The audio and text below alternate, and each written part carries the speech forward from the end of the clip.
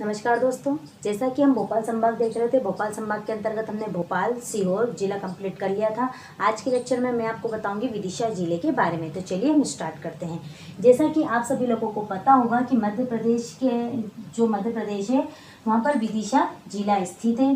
विदिशा के आसपास के जो क्षेत्र हैं, विदिशा के आसपास के जो जिले हैं, कौन कौन से हैं? अशोकनगर, सागर, रायसेन, भोपाल और गुना। आपसे एग्जाम में क्वेश्चन पूछा जा सकता है कि विदिशा के पूर्व में कौन सा जिला स्थित है। तो कौन सा जिला स्थित है? सागर।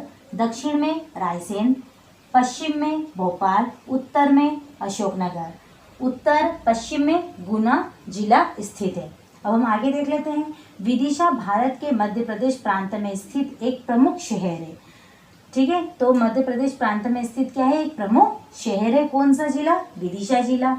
यह मालवा के उपजाऊ पठारी क्षेत्र के उत्तर पूर्व हिस्से में अवस्थित है। कहाँ पर स्थित है? उत्तर पूर्व में। ये कौन सी दिशा है? पूर्व, पश्चिम, उत्तर और दक्षिण। तो विदिशा कहाँ पर स्थित है? उत्तर पूर्व में। तो विदिशा कहाँ पर स्थित है? यानी कि यहाँ पर स्थित है। कौन सा जिला? विदिशा जिला। तो मालवा के उपजाऊ पठारी क्षेत्र के उत्तर पूर्व हिस्से में अवस्थित है तथा पश्चिम के मुख्य पठार से जुड़ा हुआ है। आप यहाँ पर देख सकते हैं कि पश्चिम के जो क्षेत्र है, इससे यह विदिशा जिला जुड़ा हुआ है। आगे देखते हैं। विदिशा पूर्व में मालवा की राजधानी था। यानी कि क्या था? जो मालवा जो क्षेत्र था, जो मालवा, मध्य प्रदेश को पहले मालवा कहा जाता था, तो मालवा की क्या था? विदिशा पहले राजधानी हुआ करता था। इसकी जानकारी हमें कहाँ से मिलती है? तो आपसे एग्जाम में क्वेश्चन पूछा जा सकता है कि विदिशा पूर्व में मालवा की राजधानी हुआ करता था। इसकी जानकारी हमें कहाँ से मिलती है? तो कहाँ से मिलती है? वैदिक साहित्य से इसकी जानकारी हमें मिलती है। विदिशा का नाम विदिशा कैसे पड़ा, इसके बारे में हम देख लेते हैं। ठीक है, तो प्राचीन संस्कृत साहित्य में विदिशा का नाम क्या था? वेदिश या वेदिशा मिलता है। कहाँ पर? संस्कृत साहित्य में। प्राचीन संस्कृत साहित्य में विदिशा का नाम वेदिश या वेदिशा मिलता है। आगे देखते हैं। पाली ग्रंथों में इसका नाम क्या मिलता है? वेसनगर, वेससनगर, वेश्यनगर या विश्वनगर कहा गया है। कहाँ पर? पाली ग्रंथों में इसे वेसनगर, वेससनगर, वेश्यनगर, विश्वनगर कहा गया है। कुछ विद्वानों का मानना है कि विभिन्न दशाओं में मार्ग जाने के कारण इसका नाम क्या पड़ा? विदिशा पड़ा। तो विभिन्न दशाओं में मार्ग जाने के कारण इस नगर का नाम क्या पड़ा? विदिशा पड़ा। किन के अनुसार? विद्वानों के अनुसार। यहाँ पर जिनके भी नाम मैं बता रही हूँ, आप उसके हिसाब से उसको क्वेश्चन को आपको करने पड़ेंगे, क्योंकि आपसे क्वेश्चन पूछा जा सकता है कि वेसनगर किस ग्रंथ के अनुसार कहा गया है विदिशा को। तो किस ग्रंथ के अनुसार वेसनगर कहा गया है? पाली ग्रंथों के अनुसार विदिशा को वेसनगर कहा गया है। पुराणों के अनुसार भद्रावती या भद्रावतीपुरम के नाम से भी जाना जाता है। कहाँ पर? पुराणों में इसे क्या कहा गया है? विदिशा को भद्रावती या भद्रावतीपुरम के नाम से जाना जाता है। जैन ग्रंथों में इसे भंडलपुर या भडिलपुर नाम इसका मिलता है। कहाँ पर? जैन ग्रंथों में भंडलपुर या भडिलपुर इसका नाम मिलता है। मध्य युग में इसका नाम क्या मिलता है? मध्य युग में सूर्य भेला स्वामीन के नाम पर भेलिल स्वामीन, भेलसानी या भेलसा हो गया। कहाँ पर? मध्य युग में आते आते इसका नाम क्या हो गया? भेला स्वामीन। भेला स्वामीन किसको बोला जाता था? सूर्य के नाम पर। तो सूर्य भेला स्वामीन के नाम पर भेलिल स्वामीन, भेलासानी या भेलसा हो गया।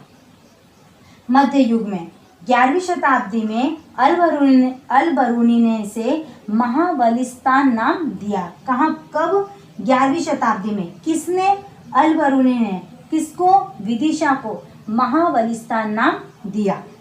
17वीं शताब्दी में औरंगजेब के शासनकाल में आलमगीरपुर नाम रखा गया। कौन सी शताब्दी में? 17वीं शताब्दी में। किसके शासनकाल में? औरंगजेब के शासनकाल में विदिशा का नाम आलमगीरपुर रखा गया।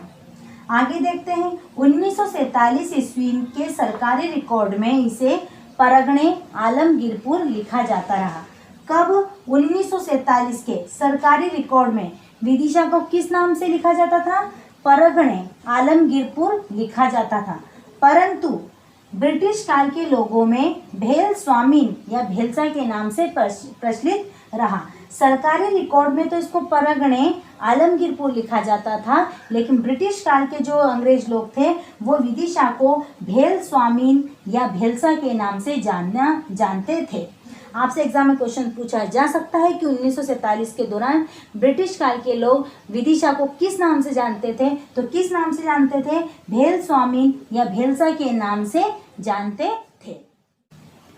विदिशा जिले का इतिहास देख लेते हैं। प्राचीन काल के साहित्य स्कंद पुराण, रामायण और पाली में लिखित बौद्ध साहित्य ग्रंथों में विदिशा को बेसनगर, भीलसा, वेश्यनगर आदि नामों से जाना जाता था। कहाँ पर? साहित्य स्कंद पुराण, रामायण और पाली में लिखित बौद्ध साहित्य ग्रंथों में विदिशा को बेसनगर, भीलसा, वेश्यनगर आदि नामों से जाना जाता था। विदिशा की गणना कौशाम्बी, हस्तिनापुर, मथुरा व उज्जैनी जैसे समृद्ध महानगरों में की जाती थी। कहाँ पर की जाती थी? कौशाम्बी, हस्तिनापुर, मथुरा व उज्जैनी जैसे समृद्ध महानगरों में की जाती थी। ये अपने आप में प्राचीन व्यापारिक मार्ग पर स्थित यह नगर हाथी दांत के व्यापार के लिए प्रसिद्ध था। प्राचीन व्यापारिक मार्ग था यहाँ से, क्योंकि विभिन्न दिशाओं में जाने के कारण इसका नाम विदिशा पड़ा। ये भी आप विधानों के अनुसार देखते हैं। तो क्योंकि क्यों थे यहाँ पर बहुत सारे मार्ग? क्योंकि व्यापारिक मार्ग था यहाँ पर स्थित यह नगर हाथी दांत के व्यापार के लिए प्रसिद्ध था। विदिशा का इतिहास सम्राट अशोक से भी जुड़ा हुआ है। उन्होंने यहाँ के नगर के सेठ की पुत्री महादेवी से विवाह किया था। विदिशा का नाम विदिशा कैसे पड़ा?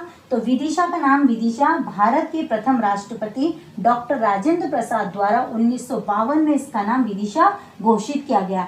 किन के द्वारा विदिशा घोषित किया गया? डॉक्टर राजेंद्र प्रसाद द्वारा, जो भारत के प्रथम राष्ट्रपति थे। 1952 में विदिशा का नाम विदिशा घोषित किया गया। अब उन्होंने यह नाम किस आधार पर दिया? क्योंकि संस्कृत साहित्य में विदिशा का नाम वेदिश या वेदिशा मिलता है। क्योंकि संस्कृत साहित्य में इसका नाम क्या मिलता है? विदिशा का वेदिश या वेदिशा मिलता है। इसी के आधार पर डॉक्टर राजेंद्र प्रसाद ने 1952 में विदिशा का नाम विदिशा घोषित किया। विदिशा से 55 किलोमीटर दूर 300 वर्ष पुराना मोहम्मदगढ़ दुर्ग है, जो मोहम्मदगढ़ गांव की पहाड़ी पर स्थित है। कितने वर्ष पुराना? 300 वर्ष पुराना मोहम्मदगढ़ का दुर्ग है, जो कहाँ पर स्थित है? मोहम्मदगढ़ गांव की पहाड़ी पर स्थित है। परमार कालीन स्थापत्य की भूमध्य शैली का विदिशा के उदयपुर का प्रसिद्ध मंदिर नीलकंठेश्वर के नाम से जाना जाता है। उदयपुर का प्रसिद्ध मंदिर कौन सा है? नीलकंठेश्वर मंदिर है। इस मंदिर का निर्माण राजा भोज के पुत्र उदयादित्य ने 1059 में करवाया था। आपसे एग्जाम में क्वेश्चन पूछा जा सकता है कि परमार कालीन स्थापत्य का जो नीलकंठेश्वर मंदिर है वह किस शैली का है? तो किस शैली का है? भूमध्य शैली का है। गरुड़ स्तंभ की स्थापना विदिशा के यूनानी राजदूत हेलियोडोरस ने की थी। जो विदिशा जिले में गरुड़ स्तंभ स्थित है, विदिशा जिले में जो गरुड़ स्तंभ स्थित है उसकी स्थापना यूनानी राजदूत हेलियोडोरस ने की थी, जिसे स्थानीय लोग खंबा बाबा के नाम से भी पुकारते हैं। हेलियोडोरस का जो गरुड़ स्तंभ है उसे स्थानीय जो वहाँ के जो रहने वाले लोग हैं उसे खंबा बाबा के नाम से भी जानते हैं। अब कुछ विदिशा के धार्मिक स्थल देख लेते हैं, कौन कौन से प्रमुख वहाँ के मंदिर स्थल स्थित हैं। दशावतार मंदिर है, ग्यारसपुर का विष्णु समर्पित बाजरा का मठ मंदिर है। कौन सा मंदिर है ये? बाजरा मठ मंदिर है। ये किसको समर्पित है? विष्णु भगवान को समर्पित है। माला देवी मंदिर है, गडरमल मंदिर है, विद्या मंदिर है, शीतल धाम मंदिर यहाँ के प्रमुख मंदिरों में माने जाते हैं। विदिशा जिले की प्रमुख परियोजनाएं हलाली नदी पर निर्मित हलाली परियोजना है, जो कि सम्राट अशोक सागर परियोजना के नाम से भी जानी जाती है। हलाली नदी पर कौन सी परियोजना है? हलाली परियोजना है, जो कि सम्राट अशोक सागर परियोजना के नाम से भी जानी जाती है। अन्य महत्वपूर्ण स्थल देख लेते हैं। उदयगिरी की गुफाएं, जो कि होंगली पहाड़ी पर स्थित है। उदयगिरी की गुफाएं, हिंडोला तोरण, अठखंबा मंदिर, गोरे सैनिक का कब्रिस्तान, हेलियोडोरस स्तंभ, चरण तीर्थ, ग्यारसपुर और रावजी की हवेली आदि यहाँ के महत्वपूर्ण स्थल है। विशेष तथ्य में आते हैं ग्यारसपुर विदिशा जिले का एक महत्वपूर्ण ऐतिहासिक स्थल है जहां माला देवी जैन मंदिर और अन्य वैष्णव और शिव मंदिरों के अवशेष मिलते हैं। यहाँ स्थित हिंडोला तोरण भगवान विष्णु को समर्पित एक विशाल मंदिर है। हेलियो तोरण में जो मूर्ति है, जो मंदिर है, वो विष्णु भगवान को समर्पित एक विशाल मंदिर है। विदिशा जिले में स्थित है उदयगिरी की गुफाएं। मध्य प्रदेश के विदिशा में भेलसा के समीप अराल में पत्थरों को खोदकर उदयगिरी की 20 गुफाओं का निर्माण गुप्त काल में किया गया। तो आपसे एग्जाम में क्वेश्चन पूछा जा सकता है कि उदयगिरी की गुफाओं का निर्माण किन पत्थरों को काटकर किया गया। तो किन पत्थरों को काटकर किया गया? अराल में पत्थरों को काटकर इन उदयगिरी की गुफाओं को 20 गुफाओं का निर्माण किया गया। कौन से काल में किया गया? गुप्त काल में किया गया। उदयगिरी की पहाड़ियों के पूर्वी ढाल को खोदकर तराशी गई इन गुफाओं में 4वीं से 5वीं शताब्दी की गुप्तकालीन कलाकृतियां विद्यमान है। कौन सी शताब्दी की? 4वीं से 5वीं शताब्दी की गुप्तकालीन कलाकृतियां विद्यमान है। और भी कुछ महत्वपूर्ण तथ्य है इसमें। इन 20 गुफाओं में जैन गुफा, वराह गुफा, शैव धर्म से संबंधित तवा गुफा, अमृत गुफा आदि यहाँ की प्रमुख गुफाएं मानी जाती है। कौन कौन सी? जैन गुफा, वराह गुफा, शैव धर्म से संबंधित तवा गुफा, अमृत गुफा आदि यहाँ की महत्वपूर्ण प्रमुख गुफाएं मानी जाती है। जैन धर्म से संबंधित जैन गुफा का संबंध गुफा नंबर 1 और 20 से है। कौन सी गुफा नंबर संख्या से है? 1 और 20 से है। गुफा संख्या 5 में वराह की विशाल प्रतिमा है, मतलब भगवान विष्णु की विशाल प्रतिमा है गुफा नंबर संख्या 5 में, जो कि पुराणों में वर्णित पृथ्वी के उद्धार की कहानी पर आधारित है। जो भगवान विष्णु ने पृथ्वी के उद्धार के लिए जब धरती पर अवतार लिया था, वो गुफा संख्या 5 में वराह की विशाल प्रतिमा के रूप में मानी जाती है। विदिशा जिले के कुछ महत्वपूर्ण तथ्य देख लेते हैं। राजस्थान से प्राप्त सिरोंज तहसील विदिशा जिले में सन 1956 में पुनर्गठन के समय सम्मिलित की गई थी। जब मध्य प्रदेश का पुनर्गठन हुआ था 1956 में, तब राजस्थान की जो सिरोंज तहसील थी, जो ये मध्य प्रदेश है और ये राजस्थान है, राजस्थान की जो कोटा की जो सिरोंज तहसील थी उसे विदिशा में मिलाया गया था। कब? 1956 में मध्य प्रदेश के पुनर्गठन के समय। पहले सिरोंज किसकी तहसील थी? कोटा जिले की जो तहसील थी वो सिरोंज तहसील थी, उसे मध्य प्रदेश के पुनर्गठन के समय विदिशा जिले में मिलाया गया था। कृषि महाविद्यालय विदिशा के गंजबासौदा में स्थित है। मध्य प्रदेश का जो विदिशा जिला है वो चना उत्पादक जिला है। आपसे एग्जाम में क्वेश्चन पूछा जा सकता है कि मध्य प्रदेश का सर्वाधिक चना उत्पादक जिला कौन सा है? तो कौन सा है? विदिशा है। सिरोंज तहसील से सिंध नदी का उद्गम होता है। सिंधु नदी अलग है, ये सिंध नदी है। सिंध नदी का उद्गम कहाँ से होता है? विदिशा की सिरोंज तहसील से सिंध नदी का उद्गम होता है। बेसनगर, यहाँ पर हेलियोडोरस यूनानी राजदूत का गरुड़ स्तंभ अभिलेख स्थित है, जिसके अनुसार राजा भागभद्र के समक्ष हेलियोडोरस ने भागवत धर्म स्वीकार किया था। किसके समक्ष हेलियोडोरस ने भागवत धर्म स्वीकार किया था? राजा भागभद्र के समक्ष हेलियोडोरस ने भागवत धर्म स्वीकार किया था। तो आपसे एग्जाम में क्वेश्चन पूछा जा सकता है कि जो हेलियोडोरस यूनानी राजदूत था, उसने भागवत धर्म किस राजा के समक्ष स्वीकार किया था? तो किसके समक्ष स्वीकार किया था? राजा भागभद्र के समक्ष हेलियोडोरस ने भागवत धर्म स्वीकार किया था।